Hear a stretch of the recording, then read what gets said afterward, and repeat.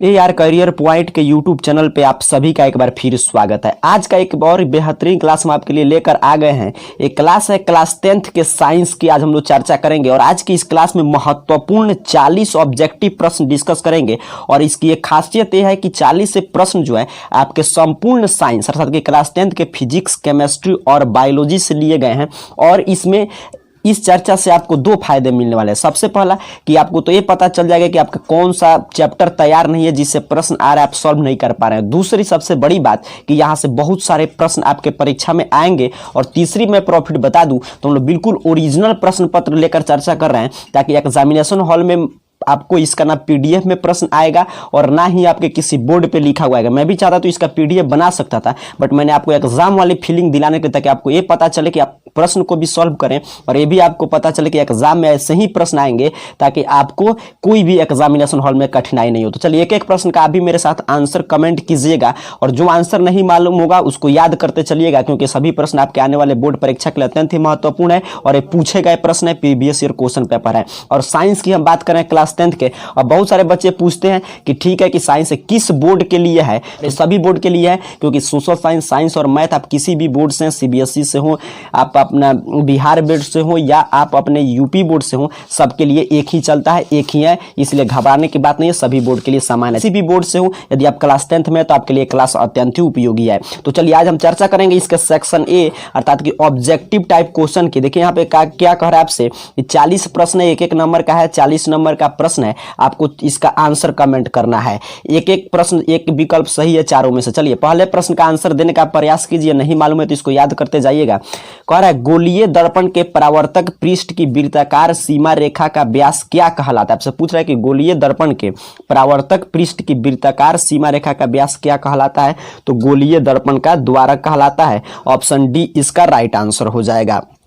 चलिए दूसरे नंबर प्रश्न की ओर बढ़ते हैं। दूसरा नंबर प्रश्न है, निम्नलिखित में से कौन उत्तल दर्पण की फोकस दूरी है जिसकी वक्रता त्रिज्या 32 सेंटीमीटर है। तो आप एक फार्मूला पढ़े होंगे, F बराबर R/2, तो 32/2 कीजिएगा 16। बस कंफ्यूजन कहाँ पे है, यहाँ पे -16 भी है, +16 भी है। तो यहाँ पे चेक कीजिए, उत्तल दर्पण की बात हो रहा है तो इसकी जो फोकस दूरी होगा हमेशा पॉजिटिव होगा, यानी कौन आंसर सही होगा, ऑप्शन सी राइट आंसर हो जाएगा। चलिए तीसरे नंबर प्रश्न की चर्चा करते हैं। ध्यान से तीसरे नंबर समझिए प्रश्न को और आंसर कमेंट कीजिए, नहीं मालूम है तो याद करते जाइए, क्योंकि यहाँ से बहुत सारे प्रश्न आप जब एग्जामिनेशन हॉल में जाइएगा तो आपके साइंस के प्रश्न पत्र में मिलने वाले हैं।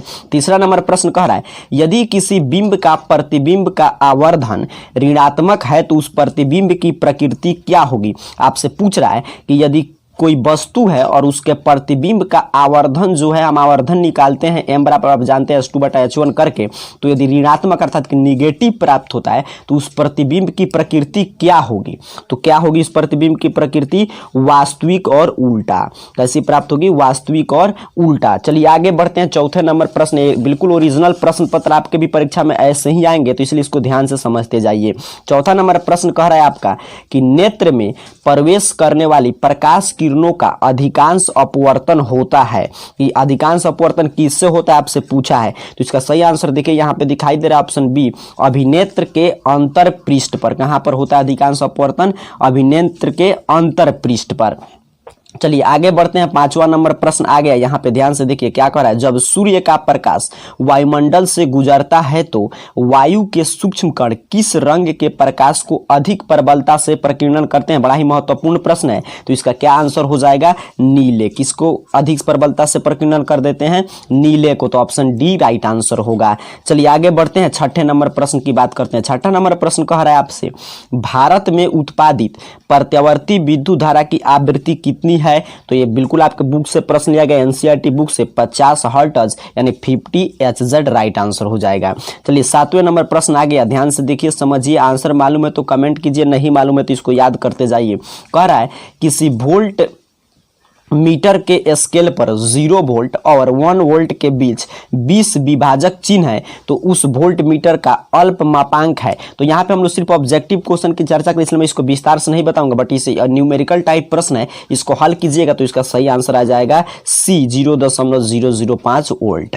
चलिए आगे प्रश्न को पलटते हैं। आपको भी एग्जामिनेशन हॉल में ऐसे ही हर एक पेज पे आपको 3 से 4 ही प्रश्न मिलेंगे, तो वहाँ पे भी आपको ऐसे ही क्वेश्चन पेपर को पलट के फिर आगे सॉल्व करना होगा। चलिए 8 नंबर प्रश्न की बात करें तो कह रहा है 1 माइक्रो एम्पियर विद्युत धारा निम्नलिखित में कौन सी है। पूछ रहा है 1 माइक्रो एम्पियर विद्युत धारा का मान क्या होगा, तो कितना होता है 10⁻⁻⁶ एम्पियर। परीक्षा में आपको एग्जामिनेशन हॉल में ऐसे प्रश्न पे आपको टिक नहीं लगाना है, आपको मिलेगा ऐसे OMR शीट। आपको इस OMR शीट को कलर करना पड़ेगा। जैसे 45 नंबर प्रश्न का आप जवाब दे रहे हैं तो इसके सामने CD जॉन आंसर आएगा, उसको आपको कलर करना पड़ेगा। तो ये नहीं कि हाँ, आप अपने सुविधा के लिए हल्का से यहाँ पे मार्क कर सकते हैं ताकि घर पे आके आप उत्तर मिला सकें। तो यहाँ पे ध्यान से समझते चलिए एक एक प्रश्न को, क्योंकि सभी सिलेबस से महत्वपूर्ण प्रश्न लिए गए और इसी लेवल के प्रश्न आपके परीक्षा में भी आएंगे। करेक्ट। किसी छड़ चुंबक के अंदर चुंबकीय क्षेत्र रेखाओं की दिशा क्या होती है। पूछ रहा है आपसे कि एक छड़ चुंबक के अंदर जो है चुंबकीय क्षेत्र रेखाओं की दिशा क्या होती है, तो दक्षिणी ध्रुव से उत्तरी ध्रुव की ओर क्या होती है, दक्षिणी ध्रुव से उत्तरी ध्रुव की ओर। 10 नंबर प्रश्न आपसे पूछ रहा है कि घरेलू विद्युत परिपथ में उदासीन तार का रंग होता है। तो हमारे घर में जो विद्युत परिपथ हम लगाते हैं, इलेक्ट्रिक सर्किट जो बनाते हैं, उसमें जो न्यूट्रल वायर होता है उसका कौन सा कलर होता है, तो काला होता है। ऑप्शन सी राइट आंसर हो जाएगा। चलिए आगे बढ़ते हैं। 11 नंबर प्रश्न कर रहा है किस युक्ति में विभक्त वलय दिक परिवर्तन का कार्य करता है। आपसे पूछ रहा है किस डिवाइस में जो होता है कम्युनिकेटर, वो आपके दिक परिवर्तन दिशा परिवर्तन का काम करता है, तो इसका सही आंसर हो जाएगा विद्युत जनित्र। क्या विद्युत जनित्र, ए राइट आंसर हो जाएगा। चलिए आगे बढ़ते हैं। 12 नंबर प्रश्न को ध्यान से समझिए।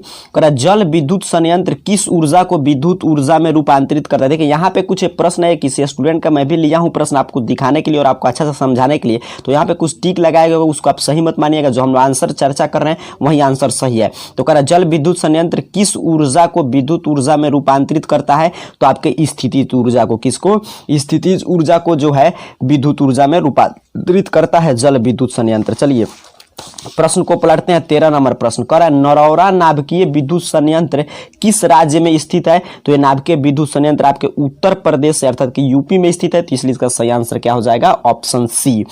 14 नंबर प्रश्न बड़ा ही आसान है, आपको जरूर इसका आंसर मालूम होगा। कह रहा है निम्नलिखित में कौन सा बूझा हुआ चूना, आपसे पूछ रहा है कि बूझा हुआ चूना कौन सा है। तो ध्यान से देखिएगा, तो इसका सही आंसर हो जाएगा ऑप्शन ए, क्योंकि बूझा हुआ पूछा है तो CaOH2 हो जाएगा राइट आंसर। चलिए 15 नंबर प्रश्न का आंसर देने का प्रयास कीजिए। बड़ा ही आसान सा प्रश्न है। कह रहा ऊपर दी गई रासायनिक अभिक्रिया किस प्रकार की, आपसे पूछ रहा है कि जो रासायनिक अभिक्रिया जो है ये किस प्रकार की है। तो ध्यान से देखिएगा, ये विस्थापन रासायनिक अभिक्रिया का उदाहरण है। तो इसका सही आंसर हो जाएगा ऑप्शन बी। आगे बढ़ते हैं। 16 नंबर प्रश्न की बात करते हैं। कह रहा है कि कोई बिलियन नीले लिटमस पत्र को लाल कर देता है। कोई बिलियन है जो नीले लिटमस पत्र को लाल कर देता है, तो इसका पीएच संभवतः होगा, इसका पीएच मान कितना होगा, आपसे पूछ रहा है। तो इसका पीएच मान कितना होगा, 7 से कम होगा। और 7 से कम देखिए एक ही दिखाई दे रहा है 5, तो इसलिए राइट आंसर हो जाएगा 5। चलिए आगे बढ़ते हैं। 17 नंबर प्रश्न आ गया। कह रहा है ऑक्जेलिक अम्ल की प्राकृतिक स्रोत निम्नलिखित में से कौन है। तो ऑक्जेलिक अम्ल कहाँ पाया जाता है, याद किए होंगे, कहाँ पाया जाता है, टमाटर में। ऑप्शन बी इसका राइट आंसर होगा। 18 नंबर प्रश्न आ गया आपके सामने। कह रहा है निम्नलिखित में कौन सबसे अधिक क्रियाशील धातु है। तो ध्यान से देखिए, मैग्नीशियम से भी अधिक क्रिया धातु यहाँ पे दिखाई दे रहा है के, तो इसका सही आंसर क्या हो जाएगा, ऑप्शन डी। चलिए आप ऑप्शन के अनुसार आपको क्वेश्चन बनाना है, क्योंकि यहाँ पे ये विकल्प वाला प्रश्न है, तो आंसर ध्यान से कमेंट करते चलिए। एक्वारेजिया अर्थात कि रॉयल जल किस अनुपात में शांत हाइड्रोक्लोरिक अम्ल एवं शांत नाइट्रिक अम्ल का ताजा मिश्रण होता है। तो 3:1 में। किस अनुपात में, 3:1 में इसका सही आंसर होगा। सभी प्रश्न अत्यंत ही महत्वपूर्ण है, इसको याद करते चलिएगा जिसका आंसर नहीं मालूम होगा। देखिए यहाँ पे आपको दिखा रहा है कि बॉन्ड बनाया है, इसका प्रयाकात्मक समूह निम्नलिखित में कौन है। आपसे पूछ रहा है इसका किस फंक्शनल ग्रुप का ए है, आपसे पूछा है। तो इसका सही आंसर हो जाएगा, ध्यान से देखिएगा, option D aldehyde functional group का है। तो इसका सही आंसर क्या हो जाएगा, ऑप्शन डी राइट आंसर होगा। चलिए 21 नंबर प्रश्न क्या, हम इसमें जो 40 नंबर प्रश्न सभी की चर्चा करेंगे। यहाँ पे उसके पहले आपके लिए एक जरूरी सूचना। डियर स्टूडेंट्स, यदि आप हमारे चैनल पर नए हो तो इसे सब्सक्राइब कर बेल आइकन प्रेस कर लें। हमारे इस चैनल पर क्लास 9, क्लास 10th की मैथ्स के chapter wise live classes, matric और 12वीं की बोर्ड परीक्षा के लिए सभी विषयों के chapter wise important objective questions और उनके PDF के साथ साथ और भी बहुत कुछ उपलब्ध है, वो भी बिल्कुल मुफ्त। अब आप बिना किसी कोचिंग ट्यूशन के भी बोर्ड परीक्षाओं की तैयारी घर बैठे आराम से कर सकते हैं। धन्यवाद। 21 नंबर प्रश्न आगे आपके सामने कह रहा है प्रोपेन का जो मॉलिक्यूलर फार्मूला C3H8 है, इसमें पूछ रहा है कि इसमें क्या है, 7 सहसंयोजी आबंध है, 8 सहसंयोजी आबंध है, या 9 सहसंयोजी आबंध है, या 10 सहसंयोजी आबंध। तो इसमें कितने सहसंयोजी आबंध होते हैं, अर्थात कि कोवैलेंट बॉन्ड होते हैं, तो 10। तो डी इसका सही आंसर हो जाएगा। चलिए प्रश्न पत्र को पलटते हैं, 22 नंबर प्रश्न आपके सामने रखते हैं, ध्यान से समझिएगा। 22 नंबर प्रश्न कह रहा है आधुनिक आवर्त सारणी में बाईं से दाईं की ओर जाने में परमाणु का जो साइज है, अर्थात कि आकार है, आपका क्या होता है, बढ़ता है घटता है। आपको ऑप्शन दिखाई दे रहा है, तो क्या होता है, बढ़ता है, अर्थात कि ए इसका राइट आंसर होगा। चलिए 23 नंबर प्रश्न आ गया, कर आधुनिक आवर्त सारणी में कितने ऊर्ध्व स्तंभ है। ऊर्ध्व स्तंभ का मतलब ग्रुप आपसे पूछ रहा है कि ग्रुप कितने हैं आधुनिक आवर्त सारणी में। तो इसका सही आंसर क्या हो जाएगा, आप लोग को मालूम होगा तो आंसर जरूर कमेंट कीजिएगा। तो इसका सही आंसर हो जाएगा डी, अर्थात कि कितने हैं, 18 जो हैं आपके ग्रुप हैं। आधुनिक आवर्त सारणी की बात कर रहा है, मॉडर्न पीरियोडिक टेबल की। चलिए 24 नंबर प्रश्न देखिए, कह रहा है छात्र जांच प्रखनली में लिए गए सोडियम बाइकार्बोनेट के तनु विलयन में सार्वभौम सूचक की कुछ बूंद मिलाता है, तो निम्नलिखित में कौन सा रंग दिखेगा, तो हरा रंग दिखेगा। कौन सा रंग दिखेगा, हरा रंग, अर्थात कि बी इसका सही आंसर होगा। 25 नंबर प्रश्न की चर्चा करते हैं। 25 नंबर प्रश्न ध्यान से देखिए, कह रहा है जब मैग्नीशियम फीता को जलाया जाता है तो उत्पन्न आग की लौ क्या होती है। बिल्कुल आसान प्रश्न है, चमकीला उजला। क्या हो जाता है, चमकीला उजला, अर्थात कि सी राइट आंसर होगा। चलिए आगे बढ़ते हैं और 26 नंबर प्रश्न की देखते हैं कि 26 नंबर प्रश्न क्या लिखा है। तब तक आप लोग क्लास को जरूर लाइक कीजिए, ताकि हम सोचते हैं कि सब विषय का आपको ऐसे ही मॉडल पेपर मिलते रहता है, कि आपको पता चले कि आपकी तैयारी किस स्तर पर पहुंच चुका है। साथ ही साथ यहाँ से प्रश्न बहुत सारे आपके परीक्षा में आएंगे। तो यहां पे अब ध्यान दीजिए, 26 नंबर प्रश्न है, एक जांच प्रखनली में लिए गए विलयन में एक लोहे के कील को डुबाया गया। आधे घंटे के बाद यह देखा गया कि विलयन का रंग जो है परिवर्तित हो चुका है। उस जांच प्रखनली में विलयन था, तो कौन विलयन था, ZnSO4। ये सभी आपके पहले चैप्टर, अर्थात कि आपके केमिस्ट्री के पहले चैप्टर या NCERT बुक पढ़ते होंगे तो उसका पहला चैप्टर केमिस्ट्री का ही है, रासायनिक अभिक्रिया और समीकरण से लिए गए प्रश्न है। फिर कह रहा है निम्नलिखित में कौन से यंत्र का उपयोग रक्त दाब मापने में किया जाता है, तो किसका उपयोग किया जाता है, आपका साइग्नोफो। देखिए रक्त दाब पूछा है, रक्त दाब का मतलब ब्लड प्रेशर, यहाँ पे ध्यान से देखिए, कर रहा है ब्लड प्रेशर की बात कर रहा है, तो साइग्नोफो मैनोमीटर की उपयोग किया जाता है, तो ऑप्शन सी राइट आंसर होगा। चलिए आगे बढ़ते हैं, 18 नंबर प्रश्न आपके सामने आ गया, कह रहा है रक्त का कौन सा अवयव घायल स्थान में रक्त स्राव के मार्ग को रक्त का थक्का बनाकर अवरुद्ध करता है, तो इसका सही आंसर क्या हो जाएगा, लसिका। क्या हो जाएगा, ऑप्शन डी राइट आंसर है। बायोलॉजी से प्रश्न लिया गया, लसिका का एक काम है। फिर आगे बढ़ते हैं, 29 नंबर प्रश्न, कह रहा है ऑटो ग्रंथि को थायरॉक्सिन हार्मोन बनाने के लिए क्या आवश्यक है। पूछ रहा है कि इसमें से कौन सा आवश्यक है ऑटो ग्रंथि को थायरॉक्सिन हार्मोन बनाने के लिए, तो क्या सोडियम क्लोरीन फास्फोरस सभी आवश्यक है, तो इनमें से सभी राइट आंसर हो जाएगा। चलिए आगे बढ़ते हैं, 30 नंबर प्रश्न को ध्यान से देखिएगा। कह रहा है 30 नंबर प्रश्न कि मस्तिष्क का कौन सा भाग शरीर की स्थिति और संतुलन का अनुरक्षण करता है। आप जानते हैं 10th के बायोलॉजी में आपका नियंत्रण और समन्वय में मस्तिष्क को बड़ा अच्छा से आपको पढ़ना है, तो इसका सही आंसर क्या हो जाएगा, अनुमस्तिष्क। कौन नियंत्रण करता है, अनुमस्तिष्क, अर्थात कि सी। 31 नंबर प्रश्न है पादप हार्मोन साइटोकिनन सहायक है, किसमें सहायक है, साइटोकिनन। आपसे फिर उसी चैप्टर से, सेम चैप्टर से प्रश्न लिया गया, पूछ रहा है पादप हार्मोन साइटोकिनन सहायक है, तो किसमें सहायक है, प्ररोह के अग्रभाग की लंबाई में वृद्धि के लिए यह सहायक है। चलिए आगे बढ़ते हैं, 32 नंबर प्रश्न, सभी महत्वपूर्ण प्रश्न। देखिए क्या पूछ रहा है, हाइड्रा में प्रजनन की विधि निम्नलिखित में से कौन है, तो इसका सही आंसर हो जाएगा ऑप्शन सी, मुकुलन। कौन सा है प्रजनन विधि, मुकुलन राइट आंसर होगा, अर्थात कि ऑप्शन सी।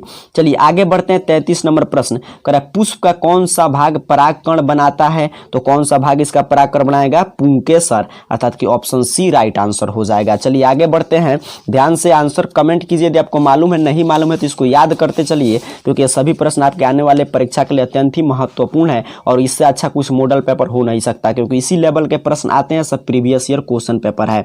34 नंबर प्रश्न कह रहा है निम्न में से कौन मानव में मादा जनन तंत्र का भाग नहीं है तो कौन नहीं है, शुक्रवाहिका। देखिए अंडाशय भी है, गर्भाशय भी है, डिंब वाहिनी भी है, शुक्रवाहिका नहीं है, तो यही सही आंसर हो जाएगा क्योंकि मादा जनन तंत्र की बात कर रहा है।